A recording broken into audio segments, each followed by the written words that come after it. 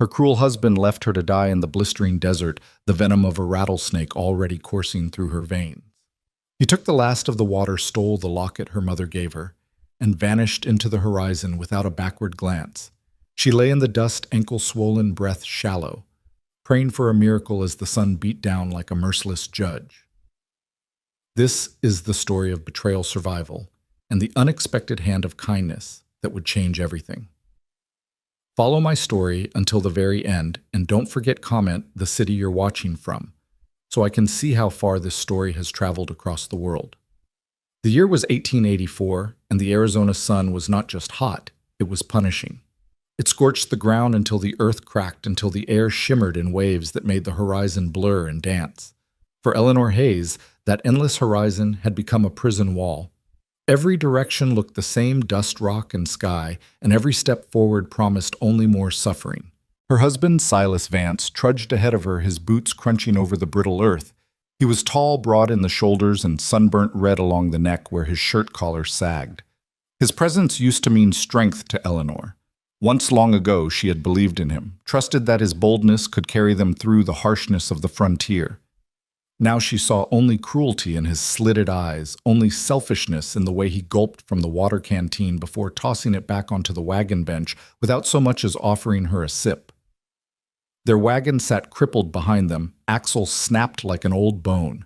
The horse had gone lame weeks before, reduced to nothing more than a burdened shadow of its once strong self. Their dream of carving out a fortune in Prescott had turned to dust just as surely as the road beneath their feet. And Silas, unable to face his own failure, turned his fury on her. Useless, he muttered under his breath, his boot lashing out to kick the wheel of the wagon. The word was meant for her. Eleanor stood with her hands clasped tightly before her, her faded calico dress clinging to her damp skin. Her lips were cracked, her throat raw from thirst. She longed for just one full mouthful of water. But Silas had rationed her to nothing more than a swallow. Now and then barely enough to wet her tongue, never enough to quench the ache in her chest. She watched the sun beating down on the earth, and in the silence dared to imagine freedom. Freedom from the man who dragged her through this wasteland. Freedom from his endless contempt. Silas's voice snapped her out of the thought. Don't just stand there like a fool. Go fetch some brush for a fire. Not that there's anything left to cook. Her stomach twisted. The last of their dried meat was gone. Hunger joined thirst, a relentless pair gnawing at her insides. But she obeyed because disobedience meant anger, and anger meant bruises. She turned and walked toward a scattering of mesquite and brittle bush a short distance from the wagon. The ground radiated heat through the thin soles of her boots, and the silence pressed in heavy around her. Kneeling, she reached for a branch. That was when she saw it. At first, it was nothing more than a shimmer in the corner of her eye, a ripple in the dust. Then came the sound, the dry rattle, unmistakable like beans shaken in a hollow gourd. Before she could recoil, the strike came fast, a blur of scales and muscle. Pain lanced through her ankle, sharp and burning, as if 2 needles of fire had been driven deep into her flesh. She cried out, stumbling backward and collapsing hard against the earth. Her hands flew to her leg, clutching where the searing pain radiated upward in violent pulses. She saw the rattlesnake retreat, its diamond-patterned body slipping back beneath the shade of a rock, the rattle buzzing once more before silence reclaimed the desert. Her breath came in ragged gasps. She stared at the twin puncture wounds already welling with thin fluid. Panic gripped her chest like a fist. Silas! She screamed, her voice raw and desperate. Silas, help me! He came striding over, but instead of urgency, his face was carved with annoyance. What now, woman? Seen a ghost? Her voice shook as she pointed. A snake. It bit me. He stopped beside her, gaze dropping to her ankle. For a long, terrible moment, he said nothing. Eleanor searched his expression for concern, for pity, for anything human. Instead, his eyes narrowed with a calculating coldness she had never seen before. A rattler, he asked at last. His tone was strangely calm. Yes, she whispered, tears cutting lines down her dusty cheeks. Please, Silas, you have to help me. Cut it. Suck the poison out, something. For a moment she thought she saw him bend. He crouched beside her, his hand brushing her apron pocket. But instead of reaching for her wound, his fingers slipped inside and drew out the small silver locket her mother had given her. He weighed it in his palm, then slipped it into his pocket. Eleanor's stomach turned cold. "What are you doing?" Silas stood dusting off his knees, his lips twisted into a cruel smile. "You've been nothing but a curse since the day I married you. Bad luck follows you like a shadow. Maybe this land's telling me it's time to be free." "No," she gasped, trying to pull herself up. "You can't." But he was already striding away. He grabbed the last canteen, the small sack of coins, and without a backward glance began walking east across the open plain. "Silas!" She screamed, her voice tearing at her throat. "Don't leave me, please!" He didn't falter. His figure grew smaller and smaller, swallowed by the shimmering horizon, until he was nothing but a speck against the sky, and then gone. The silence that followed was worse than his cruelty. Eleanor collapsed back into the dust, the heat pressing down her pulse, thundering in her ears, the venom already searing its way up her leg. Her heart hammered, her breath hitched, and the desert held its breath. She was alone, left to die. Amos Blackthorne had not planned on riding so far south that day. He had set out at dawn, the reins of his horse loose in his calloused hand, following a calf that had strayed from the herd. It wasn't unusual for Amos to spend whole days in the saddle scanning the parched horizon. Solitude was his closest companion. For 5 long years since consumption had taken Martha, silence had been his anchor. He moved with the land's rhythm, steady and predictable, fixing fences, checking wells, tending to cattle. But that morning something restless stirred in him. Maybe it was the hawk he'd seen circling low, its cry echoing across the canyons. Maybe it was the heavy heat pressing down on him harder than usual, a kind of omen in the air. Whatever it was, Amos rode further than he intended down along the southern edge of his property, where palo trees threw ragged shadows over the dust. At first he thought it was a bundle of old cloth, maybe a discarded tarp collapsed under a tree. But as his horse drew nearer, he saw the unmistakable outline of a human body. He slowed, suspicion pricking at the back of his neck. Bandits sometimes used decoys, a crumpled figure, to lure in the unsuspecting. His hand hovered near the Colt Peacemaker on his hip as he dismounted, boots crunching in the grit. The closer he came, the more wrong the scene looked. It wasn't the loose sprawl of a drunk or the lifeless slump of a corpse. It was something in between. It was a woman. Her face was pale beneath the streaks of dust lips tinged an awful shade of blue. One arm lay flung across her eyes as if she had tried to shield herself from the pitiless sun and failed. Amos crouched, lifting her arm gently aside, and his breath caught. Her skin was clammy, her breathing shallow, as if each breath was a battle she was losing. His eyes traveled down her body, and what he saw made his stomach tighten with urgency. Her left leg was grotesquely swollen skin, stretched and discolored purple and angry. Just above her ankle, 2 dark puncture marks gleamed like a brand, the signature of a rattlesnake. "Damn," Amos muttered under his breath, voice low. For a man who had built his life on routines, on stillness, the surge that gripped him now was jarring. Protective fury at the snake, at the cruel land, at whoever had abandoned her here. There was no time for second-guessing. He knew the old remedies, half prayers, half desperation, but they were all he had. He pulled the Bowie knife from its sheath, the steel cool and familiar in his palm. Kneeling beside her, he whispered, "Forgive me, miss." It might have been meant for her. It might have been meant for Martha, watching from whatever heaven had taken her. He made 2 quick, shallow cuts across the bite. Then, pressing his mouth to her skin, he drew the venom-tainted blood, spitting it out onto the dirt. The taste was vile, metallic, and acrid, the bitterness clinging to his tongue. Again and again he sucked and spat, each time his chest heaving harder.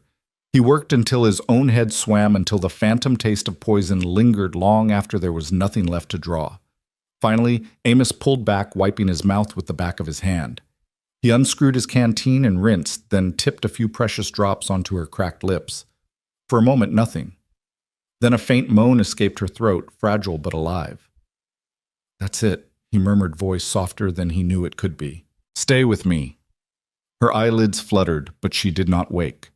He gathered her into his arms. She was lighter than he expected, fragile as a child, yet the burden felt heavier than any he had carried in years. Lifting her onto his horse, he settled her against his chest, her head lolling against the worn fabric of his shirt. The horse snorted, sensing the urgency in his grip. Amos swung into the saddle, one arm securing the woman close, the other clutching the reins. He spurred the horse hard, turning its nose north toward the shadow of his cabin on the horizon. The sun was dipping westward, the sky bleeding into evening, but Amos knew the race he rode now was not against daylight. It was against death itself. The horse's hooves thundered across the ground, carrying them over cracked earth and sparse brush. Every so often, Amos glanced down at her face. She was caught in a fever dream, her lips moving, whispering fragments he could not understand. The name Silas came once sharp and pained, and Amos felt his jaw tighten. Whoever Silas was, Amos already hated him. By the time the cabin came into sight, small and weathered, tucked against the slope of a hill, Amos's arms ached from holding her upright, his throat dry from the venom's bitterness. But he did not slow. He rode straight into the yard, slid off the horse with her still cradled in his arms, and kicked the door open. The cabin smelled of pine smoke and old earth. Amos laid her gently on the cot in the corner, the same one Martha had once slept in, and for the first time in 5 years he felt that room breathe with life again. Her chest rose and fell in shallow waves, but it was enough. She was alive. And Amos, whose life had been nothing but silence for half a decade, whispered to her as he fetched water herbs and bandages. "You're safe now," he said. "I'll see to it." But even as he spoke, he knew safety was a fragile word in the desert. The real battle was just beginning. The desert fever did not loosen its grip easily. That night, Eleanor drifted in and out of consciousness, her body caught in a storm that she could not escape. She tossed beneath the rough wool blanket Amos had pulled over her, her brow glistening with sweat. Her lips cracked, words spilling from them in half-coherent murmurs. Amos sat beside her cot, a bowl of cool water at his feet, a cloth in his hand. Every time she moaned, he wrung the cloth out and laid it across her forehead. Her skin burned like fire, yet her hands were icy cold when he brushed them. He had seen sickness before, watched Martha's lungs weaken. Her breath rattle until silence claimed her, but this was different. This was poison running its course, swift and merciless. "Hold on," he muttered, as if sheer stubbornness could anchor her spirit in her body. "Don't let go now." Her fevered rambling filled the small cabin. She spoke of a wagon, of broken wheels, of a man's voice sharp with scorn. "Silas," she whispered over and over. "Don't leave me." The words clawed at Amos's chest. He leaned closer, studying her pale, sweat-slick face. Whoever this Silas was, Amos understood one thing: he had not been here when she needed him. When her cries grew more frantic, Amos lit a lamp, casting a golden glow across the cabin's rough timbers. He brewed willow bark tea the way Martha had once taught him, crushing the bitter bark and steeping it until the water darkened. He coaxed a few drops between Eleanor's lips. Some dribbled down her chin, but some made it into her mouth, and her throat worked weakly to swallow. Through the long hours, Amos kept vigil. He changed the poultices on her swollen leg, replacing them with fresh mash of herbs he gathered from Martha's old garden patch. He poured water over her wound to ease the heat rising from it. His own body ached, shoulders stiff, eyes heavy, but he refused to close them. The fire in the hearth had burned down to embers by the time Eleanor quieted. For a brief spell, her breathing smoothed her body still. Amos sat back, weary relief washing over him. He looked around the cabin, the shelves lined with jars. Martha had once filled the rocking chair she used to sit in by the window, the quilt folded neatly at the foot of the bed. For 5 years, all these things had been relics, reminders of a life that had ended too soon. But now, with this stranger lying in Martha's place, it was as if the cabin itself stirred from its long sleep. Amos found himself whispering Martha, "I don't know what you'd say to this. But I couldn't leave her. You'd have wanted me to try." A sound broke his reverie. Eleanor thrashed suddenly, her hands clutching at the blanket. Her eyes opened for a fleeting second, glazed and wild, and she cried out, "Snake, Silas, don't please." Her voice cracked into sobs. Amos leaned forward, gripping her shoulders gently. "Hush now," he said firmly, his deep voice cutting through her terror. "It's not here. You're safe. Do you hear me safe?" Her head rolled weakly toward him, eyes half shut. A tear slipped down her cheek, tracing a line through the dirt. Then her breathing slowed again, uneven but calmer. The hours crawled by. Amos felt his body sway with exhaustion, but every time he closed his eyes, he forced them open again. He watched her chest rise and fall, counted each shallow breath as if his will alone kept them coming. By dawn, pale light seeped through the window. The fever had not broken, but she was still alive. Amos stood stretching his aching limbs and stepped outside into the cool morning air. He filled his lungs with the scent of dew and dust. In the corral, his horse stamped and snorted, sensing his restlessness. Amos rubbed the animal's neck absently, his thoughts turning to the woman inside. He didn't know who she was or what story had left her abandoned to die in the desert, but he knew one thing with certainty: as long as she lay under his roof, she was his responsibility. Returning inside, he placed a log on the fire, stirred the coals back to life, and sat once more by her bedside. Eleanor moaned, turning her head on the pillow, whispering the name that had haunted the night. Silas. Amos's gray eyes hardened. He didn't know Silas, but the bitterness in her voice told him enough. There was a man out there who had chosen to leave her to die. And Amos Blackthorne, who had lived too long with silence, as his only company, found himself promising aloud, "Whoever you are, Silas, you won't touch her again. Not while I breathe." Morning slid into the cabin like a shy guest, pale and cool, and for the first time since the bite, Eleanor's skin no longer blazed. The fever ebbed the way a tide draws back from a ruined shore, leaving wreckage, yes, but also breath. She blinked at the rafters, at the golden band of light on the far wall, at the lazy twist of wood smoke curling from the hearth. The world felt scoured clean yet fragile, as if one wrong movement might shatter it again. A chair creaked beside her. "Easy," a low voice said, steady as winter timber. "Don't try to sit yet." She turned her head. The man from her delirium wasn't a fever dream. He was there, broad-shouldered, gray-eyed, sun-browned, the lines at his mouth, etched by work and weather more than by anger. He held a tin cup in both hands like it was an offering. "Water," he said. "Slow sips." Her throat worked before her mind could catch up. The first taste was almost painful in its sweetness. She sipped again, and a tremor ran through her arms, a small quake of relief. He tipped the cup back when she coughed and set it on the table. "My name's Amos Blackthorne," he said. "You're on my place." South line of the spur wash. Her voice rasped like wind through wire. She swallowed, finding her name as if it had been dragged out into the desert and left alongside the rest of her. "Eleanor." "Eleanor." "Hayes." She watched his eyes, a cautious experiment. Not Vance, not his name, her own. She waited for a flicker of judgment, a question. There was none. "Eleanor Hayes," he repeated, as if committing it to a ledger. "All right, Miss Hayes, you're safe here." He rose, moved with clean economy to the hearth, and ladled something from a pot. "Brothels sit better than beans," he said. "You lost a spell of days."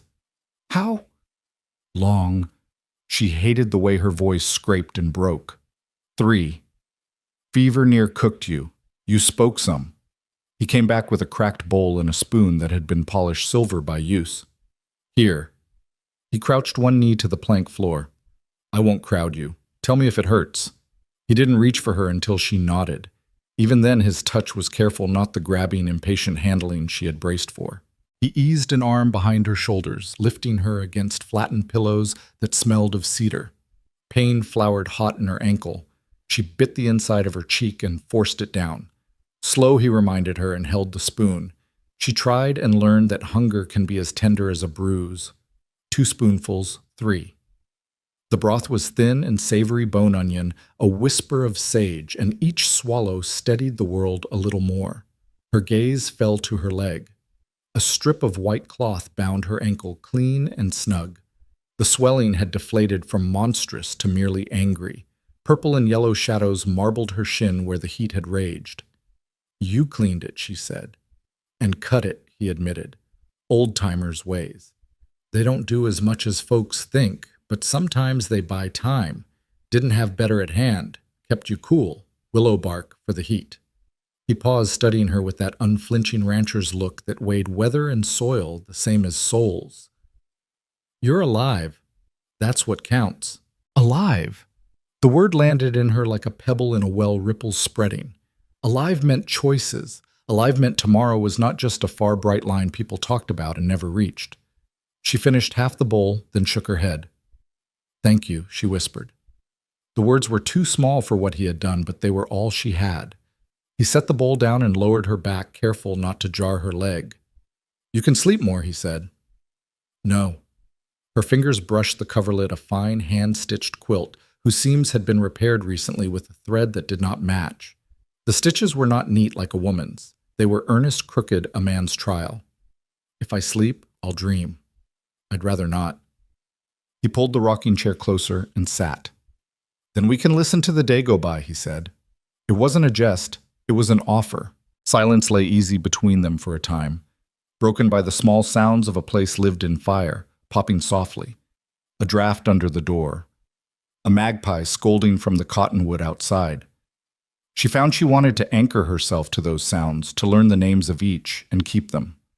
Her eyes slid to the shelf above the hearth. There were jars with dried things, bark and leaves, and something that might have been comfrey. There was a Bible with a cracked spine. Beside it, a slim book with a pressed sprig caught under the cover. Was there someone, she asked, voice tentative, who kept a garden? His jaw moved once a slow acceptance. My wife, he said. Martha. He didn't look away. He didn't look toward the back corner where the bed sat either. He looked at Eleanor. She passed 5 winters back. I'm sorry. He nodded like a man receiving rain that he could not stop. She liked poems. I didn't understand half of them, but she read them to the kettle when it boiled, and to me when the nights got too long. He half smiled, a small thing that vanished as quickly as it appeared. You can read Miss Hayes. Yes, the answer warmed her. It was a small defiance to have held on to literacy through the battering years. She had kept it tucked away where no one could bruise it. Then you can borrow her book, if you want. His hand gestured toward the shelf, then fell back to the arm of the chair. He was careful again, offering without pressing. A thought trembled on her tongue and dissolved. Thank you seemed both too little and too much. She found safer ground. You said I spoke. What did I say? He folded his hands, fingers interlacing like he was settling a lariat. You said a name. Silas. The single word hit the air between them like a nail driven into wood. And some about a wagon. Broken axle. Heat. Her mouth went dry in a different way. Memory rose with the blackness that had crowded the edges of her sight under the pallow tree. The lurching shock of the strike, the hiss, the pain like stripped wire. Silas's shadow falling over her not to help, but to pluck the locket and pocket it. His mouth twisting, his boots turning away. His shoulders marching into the bright waist. He had not even hesitated. He had not even lied to himself or to her about mercy. I don't... She started, stopped. Not yet. I can't say it yet. You don't owe me telling, he said. Plain unornamented. You don't owe me anything. Something in her sagged with relief she hadn't known she was holding. Men always wanted the whole of a thing, the use and the story and the praise along with it. This one did not. That made her wary in a new way, the way you're wary of water. After you've been thirsted near dead, you sip, then you drink, and you wait to see if it holds. He stood. I'll tend to the stock. He pointed toward the shelf again. There's coffee if you think you can keep it. Little milk left. You try to move call out. I'll hear you. His mouth twitched almost wry. This old place tells me everything it doesn't want me to miss. When he stepped outside the cabin, exhaled. Eleanor let her head fall back and let the light walk across the wall. She listened to the sounds he made, bucket clanging, a low murmur to the horse, the creak of the well rope. The ordinary music of a place that worked. The ache in her ankle throbbed insistent. She shifted. A draft fingered the skin at her wrist where the blanket had slid, and she shivered. She wanted to see. She wanted to prove to herself that the door would be open if she leaned on it. Carefully, she swung her good leg toward the edge of the bed. The floor was cool. The injured ankle screamed when she slid it forward. She cradled it with both hands and breathed until the flare subsided. Inch by inch, she levered herself up. Her arms trembled, elbows locking. The room tilted, then righted. She stood. The victory was ridiculous and enormous. She clung to the bedpost, grinning at nothing, at the way the boards felt firm underfoot and not like the slanting clouds she'd been walking in for days. Miss Hayes, his voice said gently from the doorway, didn't we agree not to fall down today? She looked up, caught. He stood with the bucket in one hand and something like respect. No, not pity, not indulgence, quiet acknowledgement in his eyes. He didn't rush to her. He set the bucket down. Permission, he asked. She nodded, and even that small consent felt like a reclaiming. He crossed the few steps and offered his forearm rather than a hand, a grip she could take or leave. She took it, fingers wrapping around corded muscle and sun-hardened skin, and let him steady her as she crab-walked along the bed to the chair. When she sank into it breathless, he crouched again to recheck the bandage. Still warm, but not like it was. "You'll keep it up," he said.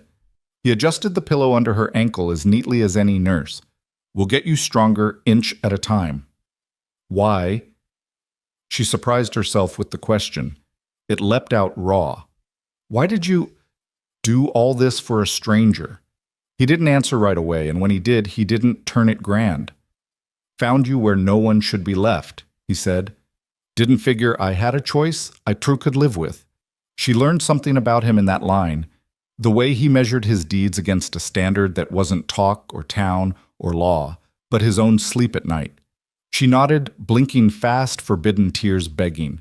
She would not cry in front of him. She had made a promise to herself the first night Silas called her useless. No more tears for men to feed on. But some tears weren't that kind. Some belonged to survival. She swallowed them back all the same. He fetched the slim book from the shelf and laid it in her lap. Martha liked the ones about fields, he said. And trains. Never rode one, but she liked the sound of them in words. Eleanor's fingers brushed the pressed sprig under the cover. She opened to a page and read a line aloud because the cabin seemed to ask for it. "The soul selects her own society." The words were like cool water under the tongue. She closed the book and held it against her ribs. He busied himself at the stove, set a blackened kettle to boil ground coffee with a slow, deliberate rhythm. The smell unfurled through the room and stitched itself into her memory of this hour. Light on the wall, the hum of the kettle, the promise of bitterness made good. "I should work," she said, and the old oath to usefulness tasted different. Not a plea, not a defense, just a want, something small. "Mending, if you have it." He glanced at her, the faintest crinkle at the corner of his eye. "I got a drawer of shirts that thank you kindly." He wiped his hands on a towel and went to the chest. When he handed her the basket, she saw a tear in the front of her own dress had been sewn with those big stubborn stitches. She smoothed a finger over them. "You did this." "Couldn't let it keep tearing," he said. "It's good." She meant it. It was a hand held out across a river. He left her in the chair with the mending and poured 2 cups of coffee. He set one within reach and took the other to the door, leaning a shoulder against the frame, looking at the yard. "Fence on the north line's cranky," he said to the day. "Wind keeps throwing tricks." She threaded a needle. The quiet stretched companionable. She took the first stitch, then another. Outside, a magpie gave up its scolding and flew a black and white blade cutting the air. "You'll tell me when you want to," he said, still facing the light. He didn't say about what. He didn't need to. "Or you won't. Either way, I'll see you fed." Her throat closed. "I will," she said. "Just not today. Fair enough." The needle went in and out, the rhythm hypnotic. Eleanor watched the gap close under her hands, fabric finding itself again along a line that would never be invisible and didn't need to be. She felt something like that line stitching through her own chest. By afternoon, she could take 3 careful steps with his forearm for balance, and no more. He didn't count, didn't cheer. He just matched her pace, then settled her back with a pillow and a blanket folded at just the right height. He left space around her like a ring of stones around a small, stubborn fire. As the light shifted toward evening, she dozed without falling into the panicked dreams. When she woke, a plate waited with a heel of bread and a spoon of honey she did not ask him the price of. She ate it slow and felt strength lay down like a thin layer of clay on the riverbank after flood. He lit the lamp. The cabin glowed. She looked at him across the table littered with buttons and thread, and some of the words she had been hoarding came. "Amos?" she said. He looked up. "Thank you," she said again, and this time the words fit the size of the room. He nodded. "You're welcome, Miss Hayes." Miss Hayes. Her name remade. The cabin held it, and the desert night for once did not press in so hard. She set the mending aside and folded the quilt higher over her shins. The window hummed with a soft wind. Somewhere a coyote lifted its voice and then thought better of it. Eleanor rested her head against the chair back and let her eyes drift. The last thing she saw was the book of poems, its pressed sprig, and the way Amos's shadow moved over the wall as he banked the fire solid. Careful there. In the morning, she told herself she would take 5 steps. And after that, she would learn the sound of this place by heart. By the time the second week bled into the third, Eleanor's steps were steadier. The swelling in her ankle had shrunk to a stubborn knot of angry color, but the pain no longer ruled her body. She could walk a slow circle around the cabin now, pausing to grip the table when her balance wavered. Amos let her try without fuss, only watching with that same unreadable patience, ready to steady her if she faltered.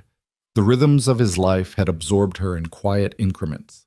At dawn, she woke to the scrape of a chair, the faint rattle of a kettle on iron, the groan of boots across the porch.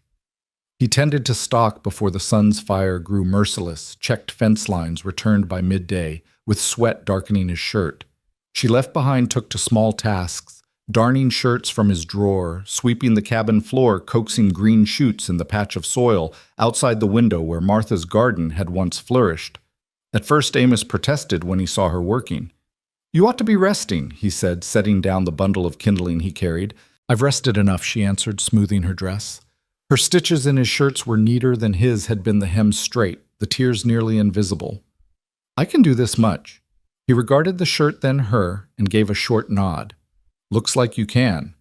It was not praise, not dismissal, but recognition, and it warmed her in a way no words of Silas's ever had. Evenings were the strangest time and the gentlest. They ate together at the small table, meals simple but filling: beans, bread, stewed squash. Conversation was scarce, but silence no longer felt like a wall. It felt like a bridge, each breath shared across the table. One night Amos set a bowl in front of her and said, "Garden did better than I thought." She looked at the squash chunks floating in broth and smiled faintly. "I watered it, every morning." He grunted, but his eyes softened. "Then it's your harvest, not mine." The words clung to her long after the meal, sweeter than the squash itself. For so long she had been told she was a burden. Now for the first time something had grown under her hand, and it had been noticed. On the porch at dusk she sometimes sewed while Amos whittled wood curls of shavings piling at his boots. The sky would bruise violet and gold coyotes crying in the distance. Amos rarely spoke of himself, but every now and then something slipped past the guard. "My Martha," he said one evening, holding up a harness he had been repairing. "She thought I was too hard on leather, always said I was rough where patience would do." He paused, staring at the strap. She was right. Eleanor threaded her needle, careful to keep her voice soft.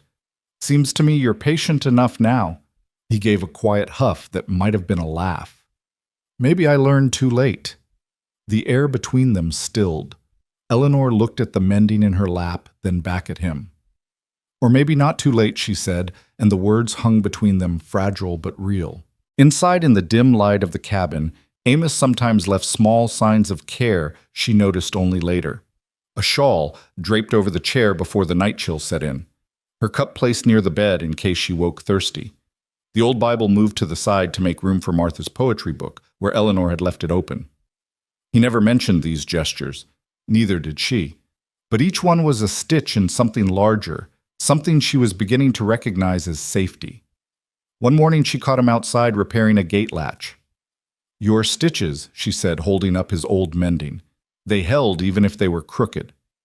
He wiped sweat from his brow and glanced at her mouth, quirking.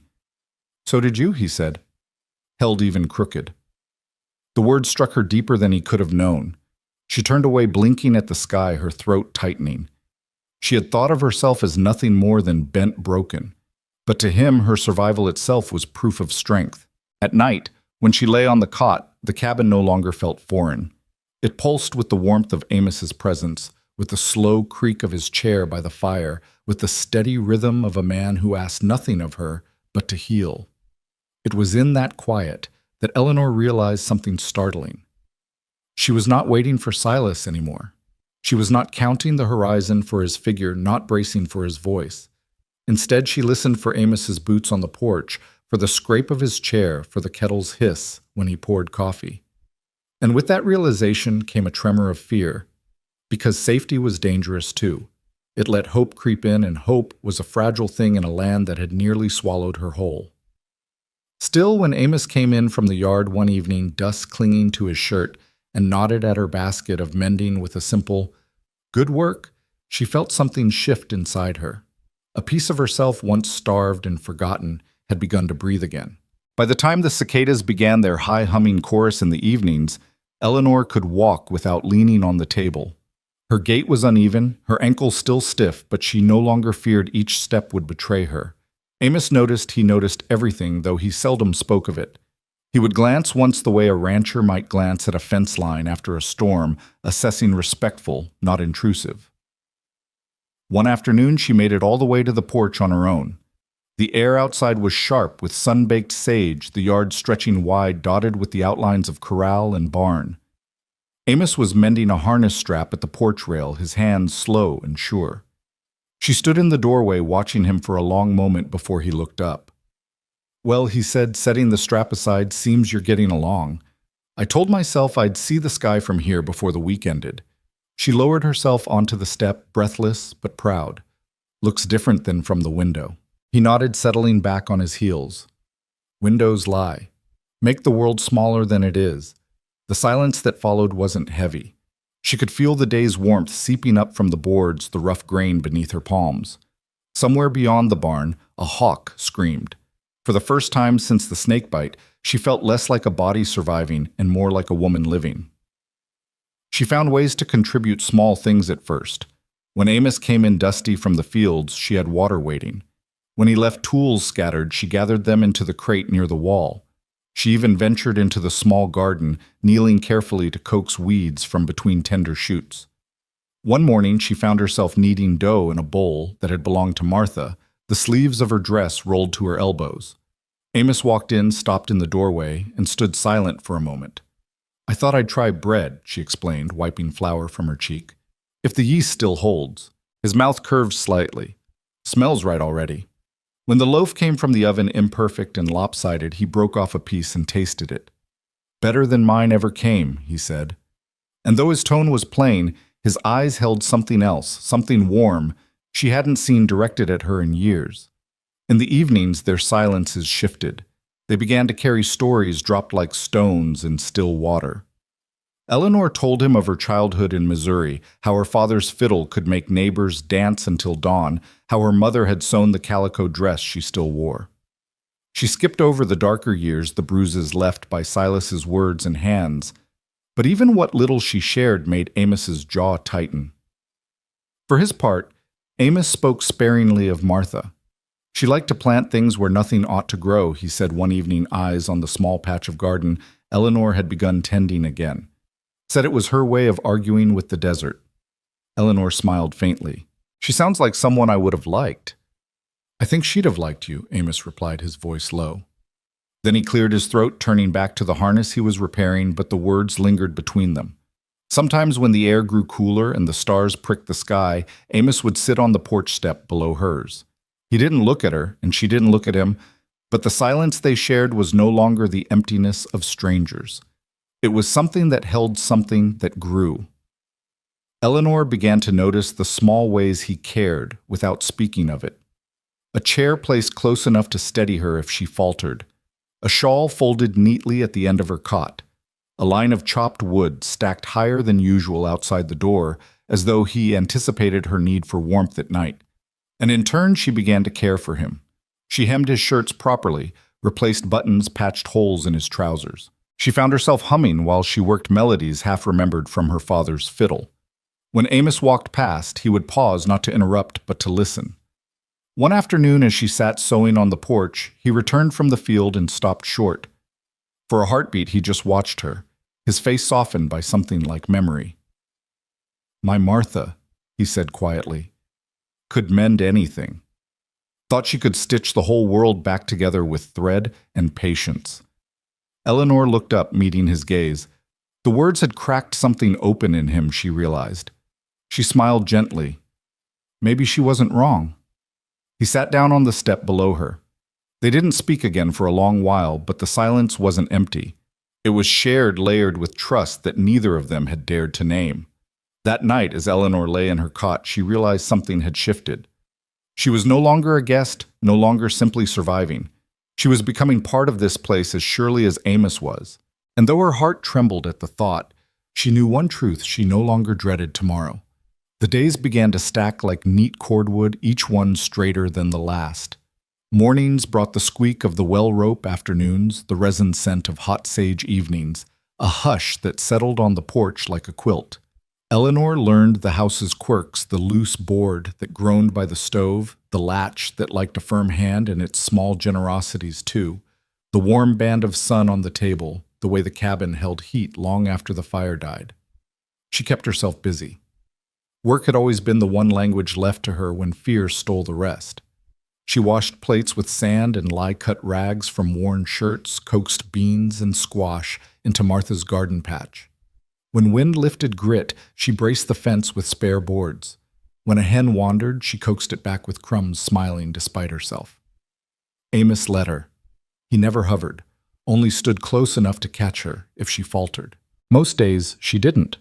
The ankle still ached, but the pain felt more like a scar learning to be a limb again. At noon, they ate together at the window. Amos ate like a man raised by work, quiet, no waste, always thanking her, even if it was only beans and bread. Sometimes when she looked up suddenly, she caught him watching her hands, as though they were doing something he had long missed. Stories slipped into their silences. Peeling potatoes, she once said, "My father could make a fiddle sound like river water. Folks danced till lanterns gave out. I sewed in the corner, pretending my needle kept time." "You still do," Amos said from his harness, not looking up. "Keep time." She stilled. She had been called useless so often that truth felt foreign. Yet here it was spoken plain. Later he offered his own met Martha at a church picnic I hadn't planned for. Horse threw a shoe. She brought me fried chicken and a biscuit too light for the plate. Looked at me like she already knew the shape of my stubborn. Eleanor laughed, quick and startled. Amos looked up, not grinning, just content as if he'd tugged a thread that made good sound. Not all hours were easy. Sometimes a door catching would make her blood run cold. Sometimes she woke to the hiss of a phantom rattle chest heaving. Amos would rise from the chair by the hearth. He still gave her the bed, sit near, and say, "Breathe with me." He never pressed her to explain, just matched her breath until the terror ebbed. "Being afraid and being alive don't part clean," he told her once. "You're allowed both." The word allowed undid a knot she hadn't known she carried. The garden thrived under her hand. "They listened to you," Amos said, squinting at the bean sprouts. "Never did for me." "They already pay me back," she replied. Cooking became her offering. Bread gave way to biscuits, then pie from the sour apples Amos had traded salt for. The first crust collapsed, but he ate it cheerfully. "I've done worse by my own hand." The second came out golden and flaky, and he tapped his spoon once on the table in Amos kind of applause. He taught her too. How to oil a saddle check hooves, carry a bucket with her hip. She learned to hear the difference between wind and cottonwood and the hush of a rider coming quiet. Each time she got it right, he said only, "There you go," and it lightened the task.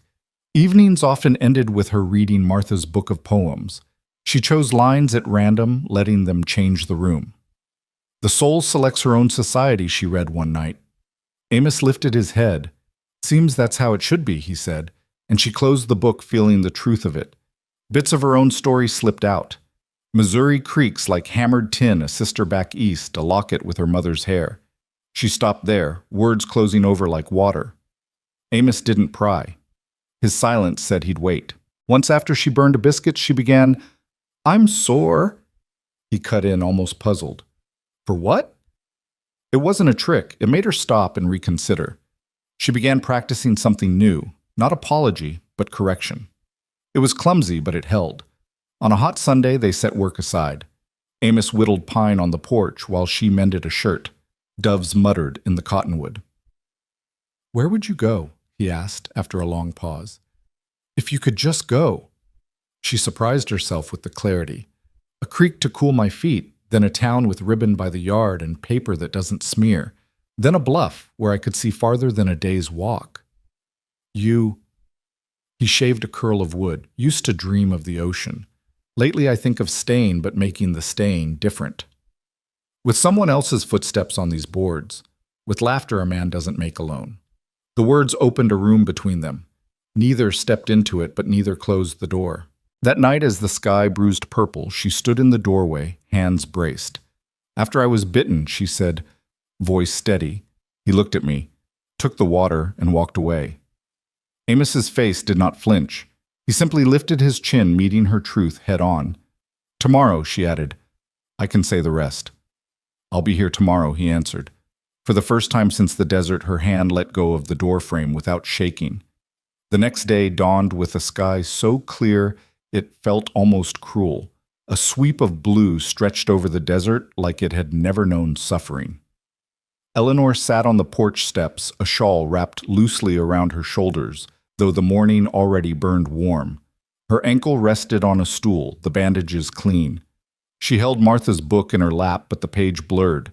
She hadn't told the whole truth yet, and it pressed at her now, a weight she could no longer carry alone.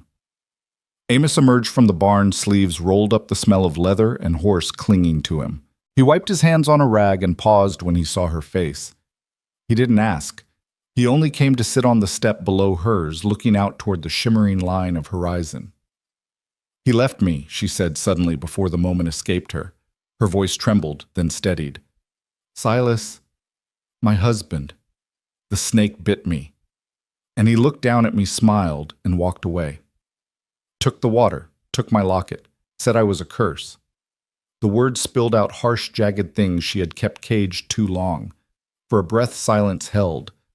Then Amos said, I figured as much. His tone was flat dangerous, a low growl of thunder before rain. I kept thinking maybe he panicked, maybe he thought I was already gone. Eleanor's hands twisted in the shawl. But I saw his eyes. He wanted it, wanted me gone. Amos's jaw clenched. He turned to face her, his gray eyes hard as stone. Some men aren't men at all. They're cowards in boots. Eleanor swallowed a sob catching in her throat, but no tears came. She had none left for Silas. I thought dying there would be easier than speaking it out loud. You're not dying, Amos said firmly.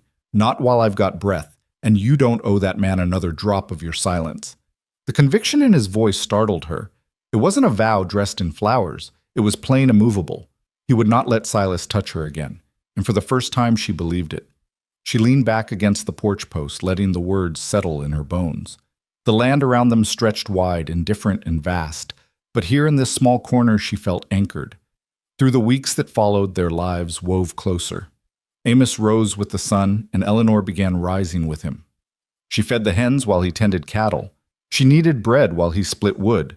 Their words were few, but their hands moved in rhythm, two lives stitched into one pattern without needing to speak it. One evening, she cooked a stew with beans, carrots, and the first tender greens from the garden. Amos ate slowly, then set his spoon down. Best I've had in years, he said. Better than Martha's, she teased gently, surprising herself. He gave a faint smile. Martha's was good. Yours has fight in it. The compliment struck her deeper than he knew. For years she had been told she spoiled food, spoiled plans, spoiled a man's life. To be told she put fight into something, it was a kind of absolution. On another evening, as dusk painted the sky violet, she stood with him outside the barn. The air was sharp with hay and horse sweat. She gathered her courage. I don't know what comes next, Amos. I've nowhere to go. No family close enough. No place that wants me. His gaze fixed on the horizon, jaw tight. Then you'll stay here, if you want. Nobody'll run you off, not while I'm standing. She turned toward him, startled by the finality in his tone. It wasn't a romantic declaration. It was a promise rooted deeper than words. The next morning, she woke to find a clean, folded dress laid at the foot of her cot. Amos didn't mention it, but she recognized the fabric. It had been Martha's, tucked away in a chest. Eleanor hesitated, fingers brushing the worn cotton. It was more than a dress. It was trust passed from one life to another. When she stepped onto the porch wearing it, Amos only looked once. His eyes softened, but he said nothing. That silence was more profound than any compliment. The desert had tried to claim her. Silas had tried to abandon her, but here beside Amos Blackthorne, Eleanor felt something bloom that had no name yet.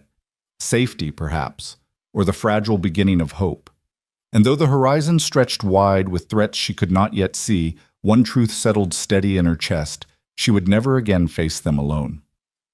The weeks that followed moved like a slow, steady river. The edge of fear that had once sharpened every hour of Eleanor's life dulled into something softer, routine safety, the steady pulse of a place where no one raised their voice or their hand against her. She found herself humming as she swept the floor, singing low as she worked in the garden. Sometimes she caught Amos listening from the doorway, leaning his shoulder against the frame, his face unreadable but his eyes quieter than she had ever seen them.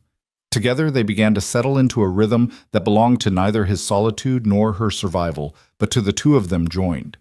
Eleanor baked more bread, each loaf better than the last. She traded her needlework for the heft of buckets, learning how to carry water without spilling it, how to salt meat the way Amos showed her how to stack wood so it would keep dry when the rains came.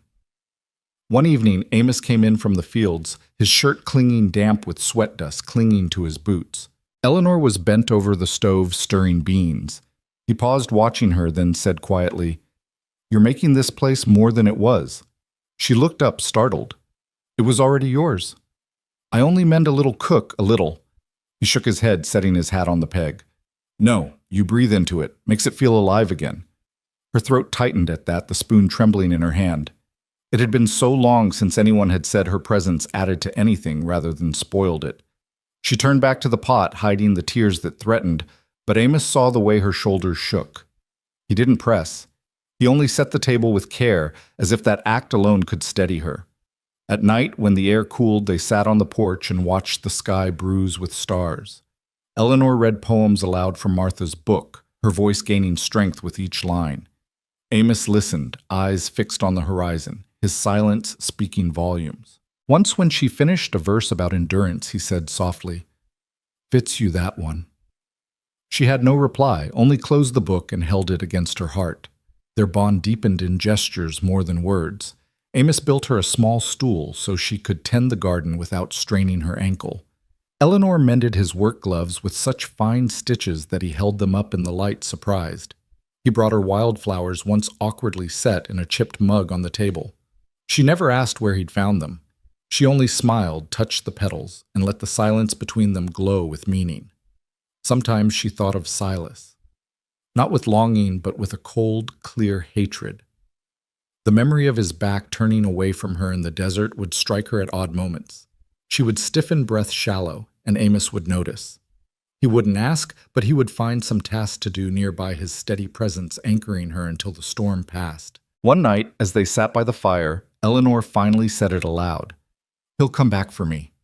Amos looked up from the leather strap he was oiling. His gray eyes burned steady. "Then he'll find he came too late." The words struck like a hammer, plain, unflinching, protective. For a long moment, Eleanor stared at him, her chest tight. Then she nodded. She believed him. Slowly, laughter began to return to her. The first time it startled them both. She had been scolding a hen that pecked her apron, and when the bird flapped away in a huff, a bright laugh escaped her. Amos froze, then gave the faintest smile a crack in stone. "Sound carries nice," he said, and Eleanor laughed again softer, realizing it had been years since anyone told her joy had weight. The ranch had become more than shelter. It had become sanctuary. And in Amos's steady company, Eleanor discovered a truth she had never known. Love did not need to shout, did not need to bruise. Sometimes it was a quiet man standing by a fence, watching the sunset, waiting without demand. She still feared the horizon, but she no longer feared the night. And when she woke in the dark and heard the steady creak of Amos's chair by the fire, she knew whatever storm might rise, she would not weather it alone. It was a still hot afternoon when the peace fractured. Amos was in the barn oiling the hinges of the big gate, and Eleanor was on the porch shelling beans into a wooden bowl. The air carried the dry smell of dust, the lazy drone of insects, the kind of silence she had come to know as safety. Then she noticed a faint line of dust on the horizon rising like smoke. She shaded her eyes, her stomach tightening. A buggy.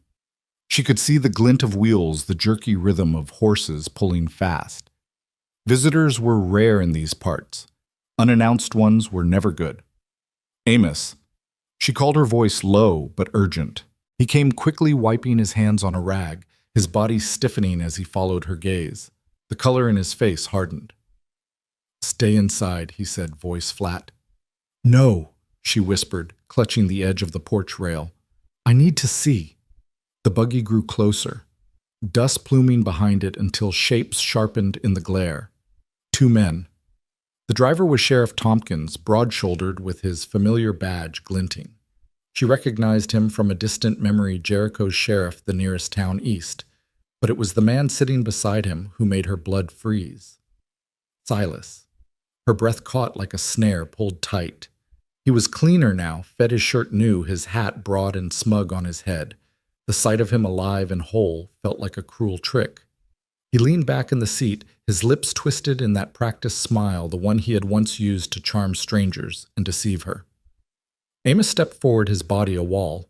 His hand brushed the butt of his Colt, though he didn't draw it. His gray eyes narrowed, watching. The buggy rattled to a stop in front of the cabin.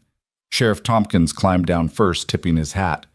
"Afternoon, Amos," he said. His eyes flickered to Eleanor on the porch, confusion knitting his brow. Silas dismounted with a flourish, dusting himself off. "Eleanor." "My love, my darling wife." His voice rang out like he was performing on a stage. "Thank God you are safe. I've searched weeks for you, fearing the worst." Eleanor's knees weakened. She gripped the porch post, the wooden beam grounding her. Behind the syrup of his voice, she saw it again, the desert sun on his back as he walked away, the locket glinting in his hand, the last of the water slung across his shoulder. "Stay where you are," Amos said, his voice low and sharp, each word like iron hammered flat. Silas's smile tightened. "Mr. Blackthorne, I am in your debt. You have done me the greatest service by saving my wife. As I told the sheriff, I was attacked by Apaches, knocked senseless. When I awoke, our wagon was gone. Eleanor was gone. I thought her dead." His performance was smooth, practiced, his tone rich with false sorrow. Sheriff Tompkins shifted uncomfortably, his gaze darting between them. "Now, Miss Hayes or Mrs. Vance, I reckon you understand this is mighty serious. Your husband here registered you deceased, looked broken up over it too. He's lying." Eleanor said, her voice steady, though her heart hammered. "There were no Apaches. He saw me bitten by a rattlesnake and left me to die." The sheriff's eyes widened, his mustache twitched. "Now, ma'am, that's a grave accusation." Silas lifted his hands in mock disbelief. "You see, she is confused, fevered still. This man," he gestured toward Amos, sneering, "he has filled her head with tales. She is my wife. By law, she belongs with me, and I am here to take her home." Amos took one step forward, planting himself firmly at the base of the porch steps. His frame was unmoving, shoulders squared, his presence alone, radiating warning. "She's not going anywhere with you," he said, his voice cutting through the hot stillness. The air snapped tight between them. The sheriff glanced from one man to the other, the weight of the moment heavy in his eyes. Eleanor's breath came shallow, her fingers digging into the wood. She had feared this moment for weeks, and now it was here. Silas's charm cracked his eyes, narrowing his face, twisting. "She is mine," he snarled. "By law, by vows. You cannot keep her from me." Amos's jaw tightened, his voice a dangerous whisper. "Law doesn't give a man the right to leave his wife for buzzard food." The line was drawn. The desert itself seemed to hold its breath, waiting for the clash. The silence stretched heavy as the desert heat. Sheriff Tompkins tugged at his collar, sweat glistening under the brim of his hat. His eyes flickered between the two men, the steady rancher planted like a stone at the foot of the porch, and the slick-tongued husband whose smile had already begun to fray. Silas broke first. He raised his hands like a preacher at a revival. "Sheriff, you see the situation. My wife is confused, sick from fever. She thinks I abandoned her when the truth is I fought tooth and nail to find her. I went to every homestead within 20 miles. I prayed. I feared I'd never see her again." His voice softened, dripping false devotion. "Eleanor, darling, come down from there. Let me take you home." Eleanor's stomach twisted. The gall of it, his audacity to stand before her spouting lies so easily, he almost sounded convincing. For years, she had lived under that voice, bent herself into knots to appease it. But something had changed. She had been left to die, and she had survived. "No," she said. The word rang sharp and clean. She stepped forward onto the porch rail, her shawl slipping from her shoulders. "You didn't search. You didn't pray. You stole my locket and my water and left me bleeding in the dirt." Sheriff Tompkins shifted, clearly unsettled. "Mrs. Vance, that's mighty serious talk." Silas's smile faltered. A vein pulsed at his temple. She doesn't know what she's saying. The venom addled her mind. He turned toward Amos, jabbing a finger. "This man has filled her with poison of his own, Sheriff. He covets what belongs to me." Amos didn't flinch. His voice was low, even, but it carried more weight than Silas's shouts. "I covet nothing. She's here because she chose to stay. And she's not yours, not anymore." The sheriff's brows furrowed. "By law! By law!" Eleanor cut in her voice, ringing louder than she thought possible. "Does the law account for a man who steals from his dying wife? Does it account for a man who calls her a curse, who spits on his vows and leaves her for the vultures?" Her chest rose and fell, breath ragged but steady. "Ask him where my mother's locket is." The words hit like a bullet. Silas's face blanched, then darkened. That trinket gone, lost when the wagon broke. Eleanor's eyes burned. "No. You took it from my apron pocket while I begged for your help. Sheriff, look at his coat. He carries it still." Sheriff Tompkins blinked unsettled gaze darting toward Silas's breast pocket. Silas's composure shattered. "You're raving woman," he snapped, his mask of civility cracking. "I should never have come for you." He lunged forward, boot hitting the first porch step, arm reaching for her. But Amos moved quicker. He stepped in front of Eleanor, his broad frame a wall of flesh and fury. His hand didn't go to the revolver. It didn't need to. His presence alone stopped Silas short. "That's far enough," Amos said, voice quiet, steady as stone. The sheriff's hand hovered near his own holster, his eyes darting nervously. "Gentlemen," Silas sneered, "you think you can keep her from me? She's my wife, my property. No ranch hand drifter will." Amos cut him off, steel in his tone. "You're not man enough to keep her, Vance. Not when you left her for dead." Eleanor's chest heaved, her hand gripping the porch post for balance. For years she had trembled before Silas's temper swallowed every cruel word bent under his shadow. But now she saw the truth laid bare. He was smaller than Amos, smaller even than her. All his bluster, all his charm was nothing but rot. Her voice rang out clear as a church bell. "I will not go with you." The sheriff froze, eyes wide, caught between law and truth. The desert held its breath once more. And in that stillness, a battle of wills flared hotter than any gunfight. Eleanor's defiance against Silas's rage, Amos's silent strength against Silas's desperation. The moment teetered, ready to break. Silas's sneer curled into something uglier, his voice rising until it cracked. "You think words make you free? You are my wife." "Eleanor, the vows bind you. The law binds you. You belong with me, not squatting like some whore in another man's cabin." The word struck the porch like a whip, but Eleanor didn't flinch. She had lived under his venom too long, every insult and echo carved into her bones. Now standing in the doorway with Amos's steady shadow at her side, she realized the truth: his words had no power anymore. They bounced off her like stones thrown at a wall. "Your vows died in the desert," she said, her voice calm, cold, unshakable. "When you left me to the rattlesnakes and the sun, you killed them yourself." Sheriff Tompkins shifted uncomfortably. "Mr. Vance, I'll remind you to keep a civil tongue. You're standing on another man's porch." Silas rounded on the sheriff. "Civil. You think I came all this way to be lectured? She's my wife? The law?" Eleanor's voice sliced through. "The law cannot stitch flesh back together. The law cannot draw poison from blood. The law did not keep me alive. He did."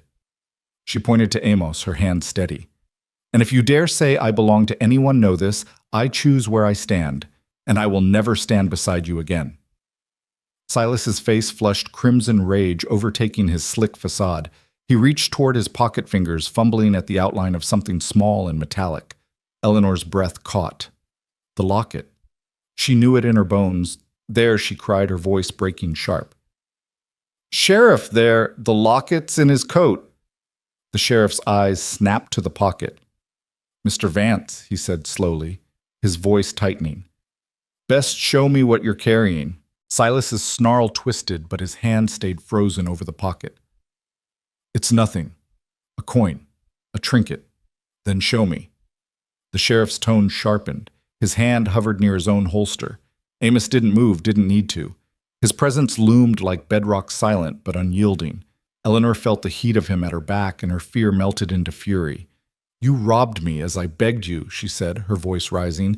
"You stole from me while deciding I wasn't worth saving. Do you deny it now in front of God and law?" The sheriff's jaw tightened. "Mr. Vance, if what she says is true, that's theft. And fraud too if you filed her dead." Silas's mask slipped further, desperation twisting his features. "She's delirious venom in her brain. She doesn't know what she says. This blackthorn has poisoned her mind against me. She doesn't need me to tell her the truth." Amos finally spoke, his voice low, almost quiet. "She lived it. You can spin lies till you choke, but she's standing here alive because she chose to fight. You left her. I found her. That's the only truth worth anything." Silas lunged again, fury uncoiled. He shoved at Amos's chest, aiming to push past him onto the porch. But Amos didn't budge. The shove was like striking a wall. Amos's eyes blazed gray steel as his hand snapped out, gripping Silas's wrist before it reached Eleanor. "That's enough," Amos growled. His tone wasn't loud, but it carried finality that chilled the air. Sheriff Tompkins stepped forward, his face set now. "Mr. Vance, you're under suspicion of fraud and possible attempted murder. You'll come with me." Silas jerked against Amos's grip, spitting curses, but Amos held him steady, unshaken. Eleanor stood tall, her chest rising and falling, every nerve alight. For years she had been the one held down, silenced, diminished. Now she watched Silas writhing in the grip of a man who had nothing to prove, nothing to gain, only truth at his back. And for the first time she felt the power of her own voice. The porch felt like a courtroom, the desert itself serving as judge. Silas twisted in Amos's grip, his face mottled red veins standing out in his neck. "Unhand me, you bastard. She is mine by law, mine by vow." His words were spit and fury flecks of it clinging to his lips. Amos's grip on his wrist tightened, but his tone stayed calm, almost quiet. "The only thing you own is your own shame, Vance, and it's written all over you." Eleanor stood just behind Amos, one hand pressed to the porch rail, the other gripping her shawl. She had trembled under Silas's rage too many times to count, but tonight she did not tremble. She felt Amos's presence like a wall between her and every cruelty Silas had ever hurled. The strength in that silence gave her courage. Sheriff Tompkins pulled out a pair of worn iron cuffs from his belt. His hand shook slightly, but his voice steadied. "That'll do." Amos let him go. "Mr. Vance, you're coming with me. Fraud's no small matter, and this talk of abandoning your wife to die well, the judge in Jericho will want a word." Silas barked a laugh, but there was no humor in it. "Fraud? Attempted murder. You'd take her word against mine. I'm her husband. She's fever-addled. Don't you see?" Eleanor's voice rang out sharp and unwavering. "I am not fevered. I am not broken.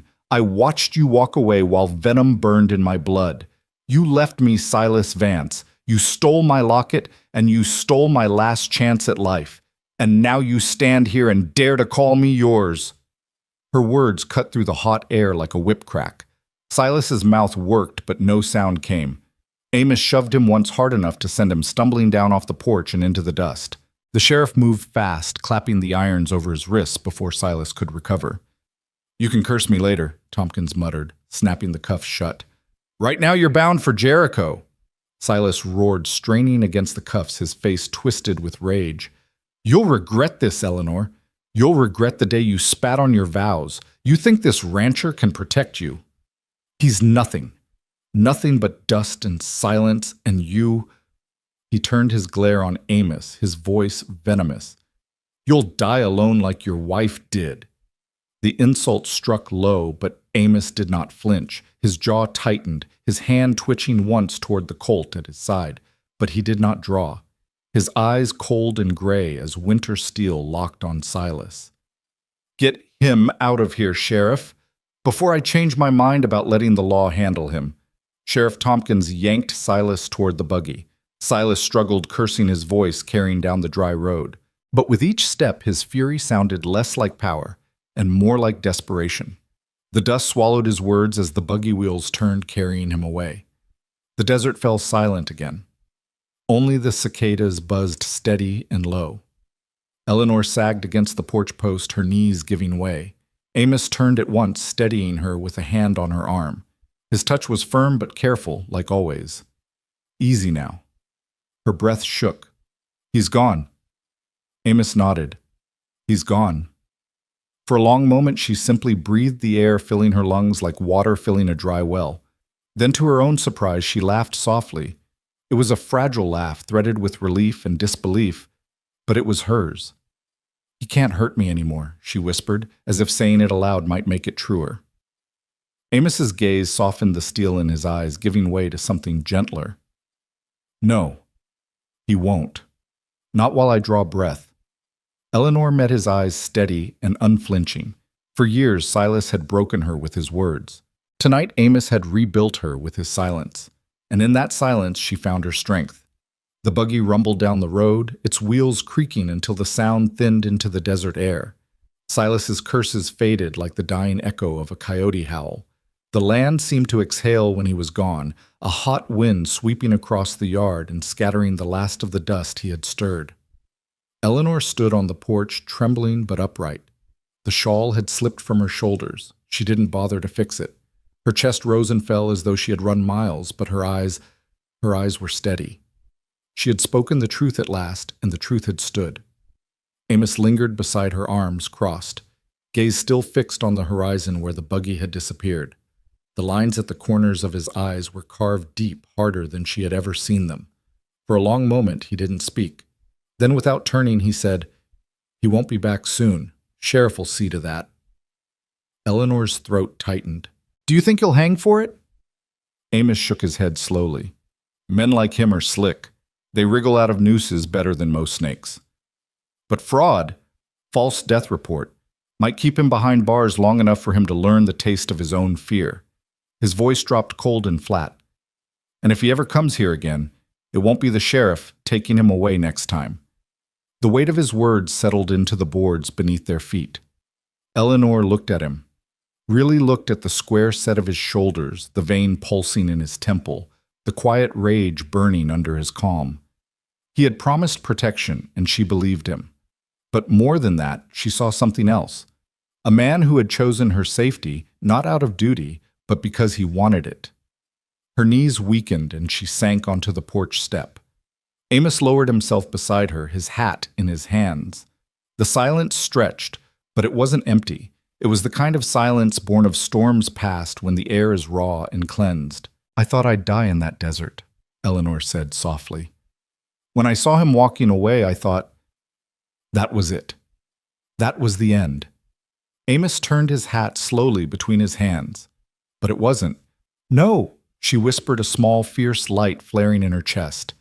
It wasn't. She pressed her palms to her lap, staring down at her fingers stronger now, calloused from work, stained with earth from the garden. These were not the hands of the woman Silas had abandoned. These were the hands of someone new. She felt Amos shift beside her. He didn't reach for her, but his presence filled the space like an anchor. "You're stronger than you think, Eleanor," he said. Her head turned sharply, her eyes searching his. "How do you know?" "Because you're here," he answered simply. "After all he did, after all the desert tried, you're still here." The words washed through her like cool water, steady and unadorned. She swallowed hard, blinking against the sting in her eyes. "I don't feel strong. I feel empty." "That's how it starts," Amos said. "Empty leaves room for what's worth filling." They sat in quiet, the sun dropping lower, painting the desert in long bruised shadows. From the barn, a horse snorted, restless after the commotion. The wind picked up, tugging gently at Eleanor's hair. She closed her eyes and let it touch her face. At last she whispered, "Thank you, Amos, for standing between us." His gray eyes softened, though his mouth remained firm. "I didn't stand between. I stood with. That's different." Her lips parted, but no words came. She had no language for the thing unfurling inside her, something fragile, something she feared naming lest it vanish.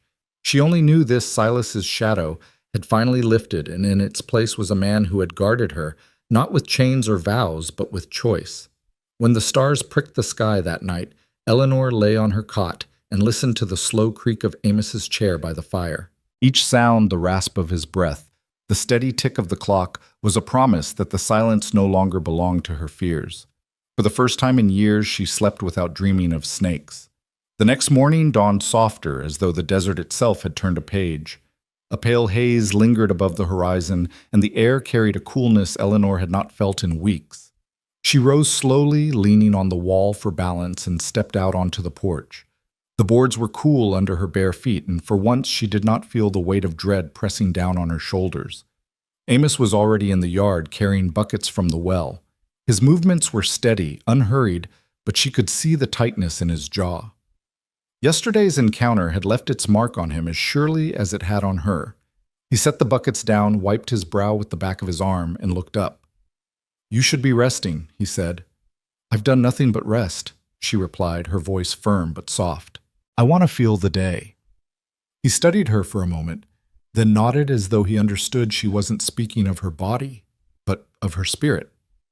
He walked over boots crunching in the dirt and sat on the porch step beside her. For a long moment, neither spoke. The silence wasn't heavy. It was the kind that follows a storm, when the earth itself seems stunned by survival. Then Eleanor exhaled her breath, shuddering. "It's over, isn't it? Truly over." Amos leaned forward, resting his forearms on his knees. "It's over." His voice was plain sure. "He won't be back soon, not with irons on his wrists. And if the sheriff does his duty, he won't be back at all." She closed her eyes, letting the words sink in. Relief flooded her body so profound it left her weak. Her hands knotted together in her lap, loosened. For years she had lived as though every dawn might bring Silas's anger. Now for the first time, dawn brought nothing but light. Her breath caught suddenly, and to her surprise she laughed, short, shaky, but true. "I thought I'd never see the day, that I'd always belonged to his shadow." Amos turned his head, his eyes softening at the sound. "You don't belong to any shadow." The word struck her with quiet force. She looked at him, really looked, the lines carved deep around his eyes, the gray threaded in his beard, the way his gaze held hers without demand or judgment. He had stood between her and death not once, but many times now. And still he asked nothing from her but to keep breathing. Her throat tightened. "I don't know how to begin again," she admitted. "You already have," he said simply. "Every loaf of bread, every stitch, every step you take outside that door, it's beginning." She blinked back tears, not of sorrow, but of something she scarcely recognized, gratitude, freedom, the fragile bloom of hope. She looked down at her hands, no longer trembling, and whispered, "Thank you." He nodded, as if her thanks belonged not to him alone, but to the land, the sky, the steady pulse of survival itself. The day stretched gently ahead. Eleanor moved through it lighter than before. She tended the garden, her fingers deep in the soil, relishing the feel of earth that welcomed her touch. She scrubbed the table, humming under her breath. She even took a walk to the cottonwood tree, Amos's steady figure, trailing a few paces behind, silent but watchful. When evening came, they sat side by side on the porch, watching the sky bruise with twilight. Eleanor leaned back against the post, her body tired but whole. She glanced at Amos. His gaze was on the horizon, but his presence was fixed on her, solid and certain. The truth came unbidden, quiet but undeniable. She was free. Truly, wholly free. And freedom, she realized, wasn't just the absence of Silas. It was the presence of Amos, the man who had never asked her to kneel, only to stand. The cicadas sang, the stars kindled, and for the first time in years, Eleanor allowed herself to imagine a future. The following days unfolded with a gentleness that felt almost foreign to Eleanor. Morning sun slipped through the window, lighting the cabin in warm bands of gold. She rose without dread in her chest, her movements no longer shadowed by the weight of a man's anger. Every task she did, washing a dish, watering the garden, folding Amos's shirts, was a reminder that she was alive and that her choices belonged to her alone. Amos, too, had shifted. He still spoke little, but there was a looseness in his shoulders, a softening in the way his voice carried across the small cabin. When he returned from the fields, he lingered a little longer by the door before stepping inside as if savoring the comfort waiting there. He did not say it, but Eleanor felt it. The ranch no longer carried only Martha's ghost. It carried the steady heartbeat of two people bound by something new. One evening, Eleanor stood by the stove stirring a pot of stew. Amos sat at the table carving wood with his knife shavings curling onto the floor. The fire crackled, throwing light across his face. She glanced at him, then back at the pot, gathering her courage. "I need to say it plain," she began, her voice low. "I have nowhere to go. No family that'll take me in. No home waiting." Amos's knife paused mid-cut. He didn't look up right away as if weighing the weight of her words. Then he set the wood down, folded his hands on the table, and lifted his gray eyes to hers. "I know," he said. She swallowed, fingers tightening on the spoon. "You've given me shelter, Amos. Food care, protection. More than I ever thought I'd see again. But when I'm healed, when I'm strong, if you want me gone, I will go." Something flickered in his expression, sharp as flint. He stood, moving to the stove. Gently he took the spoon from her hand and set it aside. Then he turned her to face him, his hand steady but careful on her arms. "Eleanor Hayes," he said, speaking her full name like a vow. "You don't need somewhere else to go. You're already home." Her breath caught her eyes stinging. No man had ever spoken to her like that, not with ownership, not with disdain, but with simple, unshakable truth. Her lips trembled. "Do you mean that I don't speak?" "What I don't mean," he answered. His voice was low but firm. "This land's hard. Life's harder. But it's better when two shoulders carry it. If you want to stay, then stay. Not as a burden, not as a shadow, as yourself." The silence after his words was thick with meaning. Eleanor pressed a hand to her chest, where her heart pounded like a drum. For years she had been nothing but a possession, a curse, a weight dragged through dust and hunger. Now here she was, being offered something she had thought impossible, a place and the right to belong. Her voice cracked when she whispered, "Then I will stay." Amos's face softened, the hard lines easing into something almost tender. He released her arms slowly, as though afraid too much force might break the moment. Then he picked up the spoon again, stirred the stew, and said simply, "Good. Supper's ready." That night Eleanor lay on her cot, staring at the ceiling, the words repeating in her mind. "You're already home." She pressed her palms together as though in prayer, though she wasn't sure who she prayed to anymore. Maybe to the desert itself for sparing her, maybe to Martha for leaving behind a man capable of such steadiness. In the chair by the fire, Amos shifted his silhouette, broad and quiet. For the first time since she had been left in the dust with venom in her veins, Eleanor closed her eyes without fear of waking to an empty world. She was not alone, and she would never be again. The days stretched long and golden, each one steadier than the last. Eleanor's ankle healed until she could walk without favoring it. Her steps confident across the porch, down the garden rows, even to the barn where Amos worked. She had thought healing meant only survival, but here in this quiet ranch she discovered it also meant living again. She and Amos moved in rhythm now, like a team that had worked side by side for years.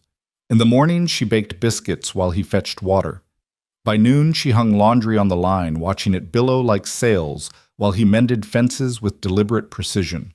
Evenings found them on the porch, watching the horizon fade, to fire the silence between them, rich with things neither yet dared to name.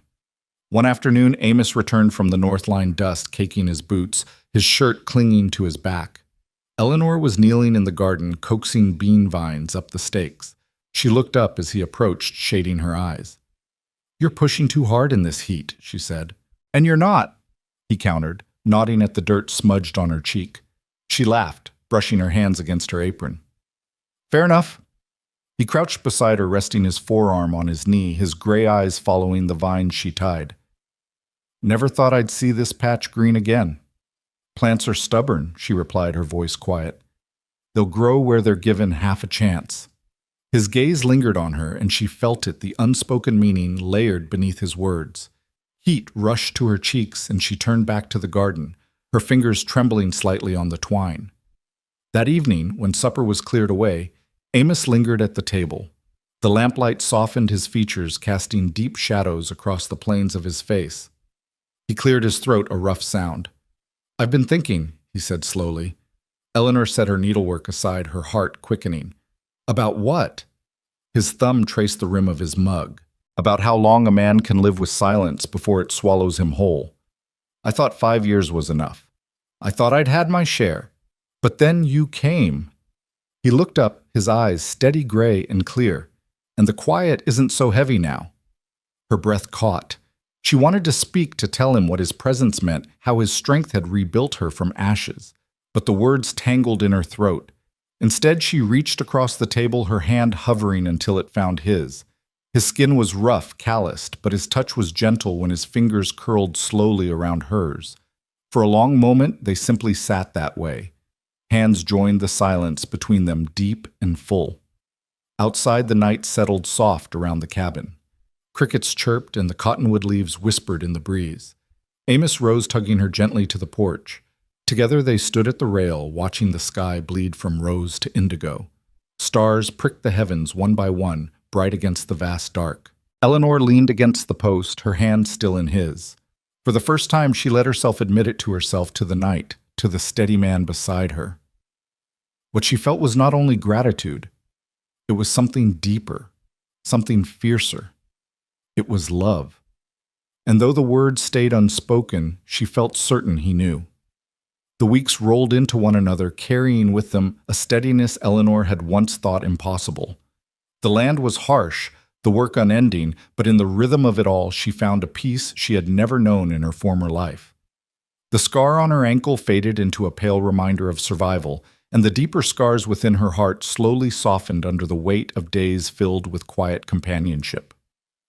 One morning, Amos saddled his horse early, preparing to ride into town for supplies.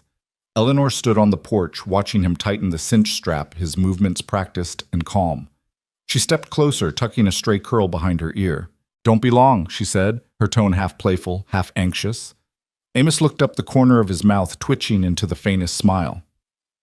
"You planning to run off if I take too long?" "Not anymore," she replied, her voice firmer than she expected. She lifted her chin, meeting his gaze. "This is my place now." He studied her, his gray eyes holding hers until she felt as though he could see straight through to her soul. Then he nodded, satisfied. "Good. That's what I hoped you'd say." When he rode away, the dust trailing behind him, Eleanor turned back to the cabin. She looked at the porch, the garden, the cottonwood tree beyond the fence. It struck her then, with startling clarity, this land had once been nothing but a lonely stretch of survival for Amos. Now it was something more. It was theirs. That evening when Amos returned, he carried a small parcel wrapped in brown paper. He set it on the table, cleared his throat, and gestured for her to open it. Inside was a simple dress, blue calico plain but carefully chosen. Eleanor's hands trembled as she held it up, her eyes wide. "I thought maybe you'd like something new," Amos said, his voice gruff. "Something that's yours alone." Her throat tightened. She had worn rags, cast-offs, hand-me-downs from a man who treated her like nothing. Now here was a gift not for necessity, but because she was seen, because she was worth it. Tears blurred her vision as she whispered, "Thank you." He shifted awkwardly as though uncertain what to do with her tears. "Don't thank me, just wear it." And she did. That Sunday she wore the dress as they walked to the small church in town together. The whispers followed them, as whispers always did, but Eleanor held her head high. She no longer felt like the abandoned woman left to die in the dust. She felt like someone reborn. Weeks later, on a quiet evening, Amos stood on the porch, the sky glowing with sunset. Eleanor joined him, her hand brushing his. He didn't pull away. Instead, his fingers twined with hers, rough and sure. "I don't say much," he said after a long pause, his voice carrying into the cooling air. "But I reckon you know what's in my heart." Eleanor's breath caught. She turned to him, her lips trembling into a smile. "I think I do." He looked at her then, and in his eyes, She saw everything words could not carry: the promise of protection, the weight of devotion, the quiet, steady fire of love. Eleanor leaned against him, resting her head on his shoulder as the stars began to prick the sky. The land stretched before them wide and unyielding, but they faced it together, no longer alone, no longer afraid. Her cruel husband had left her for dead, but in his absence she had found life hard, honest, and filled with hope. And in the arms of a lonely cowboy, she had found something even greater. She had found home. Your thoughts will help us create meaningful stories. And if you want to hear more powerful healing stories like this, don't forget to subscribe to the channel. Click the bell icon so you don't miss any new episodes. And most importantly, share this video with people who need a little hope today. Thank you so much for your time. We hear you, we listen to you, and we are honored to tell these stories for you.